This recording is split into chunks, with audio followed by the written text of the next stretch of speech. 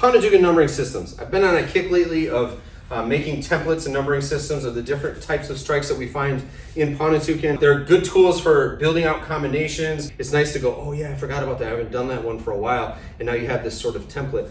We did a video where we had 16 different ways to punch. Then I found 35 different things to use the fingers in some way. And now we're gonna do the rest of the hand. The palm, the back of the hand, that kind of thing. First one is the slap, simple enough. They like to slap because it's a weapon-based system. They want to be able to hold on to a weapon and they want to bust their hand up and not be able to do that. Okay, slapping isn't like this. It's not the wrist. Slapping is going to be with the body. The elbow is behind the wrist. It's coming after the wrist. I don't want a big bend in here. I'm going to blow my wrist out. It's about like that, and then you turn and hit. There's a pivot, boom. Use the whole body like that, boom. You could think forward like this, like palm strike. The slap could be here to the head like that. It could be, in this art, they like to slap the kidneys a lot and the small back because that stands you upright. That helps to set up different takedowns. That's very common as well. Second one is a slap, but with the cupped hand. So the way I've been taught this is, this is really big for to the ear or to the groin. The one to the groin is obvious. You just made a cup shape, put it up there. I don't have to explain the anatomy of why that works. The one to the ear is, there's saying that you're kind of creating a pocket of air so that when you hit this flat surface, it pushes all of that air into it. It's not about the palm hitting, it's about that space, that little gap of air going right into the ear, boom, right against the eardrum that way. Third one is the blade of the hand here on this side. This is extremely common because this is a weapon art. You're gonna be kind of right around here. This is usually to the neck. I mean, you hear this kind of position, the chin is down. You can see how these are nice because they slide into these gaps.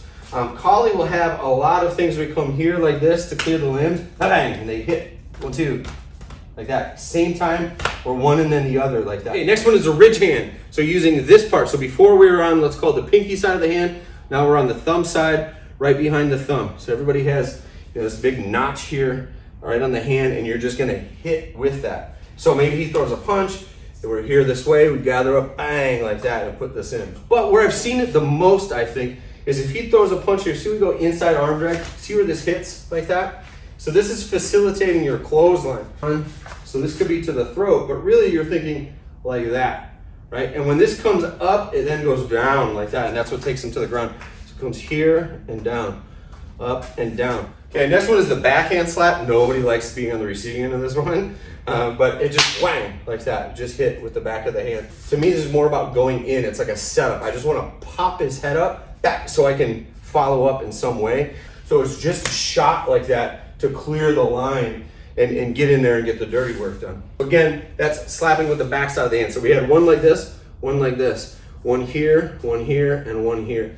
Next one is going to be the heel of the palm. So this is part of the art, right? You're hitting like this. It's less about upward and more about down, like that. Like this, boom, on the side of the head. Here, boom, on the back of the neck. Like so the last one is called shredder. There's a bunch of different names for it. This is the name I like best because I'm a nerd. So let's say he's gonna throw his punch. So we're gonna come here, pop, like this, okay? We made our way in. This is gonna slam onto his face, sorry Tim, and then like that. You're just gonna grind this right into his face like a cheese shredder, right? So again, we're here like this, and they'll do this all the way down to the ground like that, right? So you just all the way to the floor this way. He didn't know that I was going to do this. I'm trying to take it easy on because this is the one as the like training partner on the receiving end. It's miserable. The idea here is going to be bust their nose up, fingers in the eyes. You're disrupting what on the receiving end of this. What I will say, it takes away your airway in a way that I didn't expect until I had it done. A little bit of it is because it's kind of startling. You sort of lock up and hold your breath because somebody has just completely violated your face with their hand. But they're also literally disrupting the airway in the process. The fingers in the eyes are just sort of happening along the way, but mostly it's just messy. It's the whole way down like that, or the whole way through, whatever. I don't think you should do this a lot to your training partners. It's just worth having in your notes. It's gross. You're gonna get stuff from their body on your hands, stuff from your hands in their face, and it's unpleasant, but it's part of it. So you gotta at least know about it, and at least be aware of the fact that, you might make a bad decision one day and somebody decides to just want to grind your whole face to a pulp like that. So at least you can be aware of it and avoid it at all costs. So that's it. That's 6 different ways to use the rest of the hand, that is to say, not the fist or the fingers, in an attack fashion for Panantukan. Again, this is my take, this is my list, things that I include along the way, things that I've learned or that to me kind of come through naturally in this art. So, you know, it might be somebody says, well, technically that's not part of Panantukan. You know, I think we all have different teachers, different perspectives, but for me, this is my personal perspective and my take on it. We're gonna continue on this list in future videos. I've got a whole series for the shoulder, for the elbow, for the forearm, for the knees, for the shin, for the foot, all kinds of different stuff coming. So I hope you look forward to seeing those because we're looking forward to making them. Thank you for watching.